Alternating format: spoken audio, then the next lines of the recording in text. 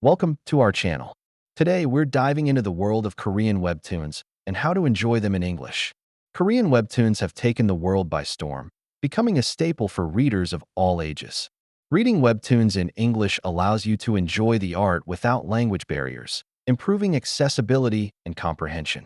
Many platforms host these incredible stories, from Webtoon to Tapas and Lezen. Each has its unique features. Changing the language settings is simple.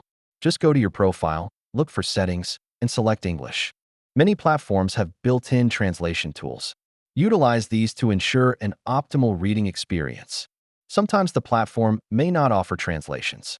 Third-party apps can help bridge that gap. You might encounter some issues while switching languages. Don't worry. Let's address a few common concerns. Korean webtoons often contain cultural references that may be challenging. Keep an eye out for explanations that help bridge the gap. As we move towards 2025, expect advances in localization technology to provide even better translations. Now you're ready to dive into the colorful world of Korean webtoons in English. Don't hesitate to explore new stories.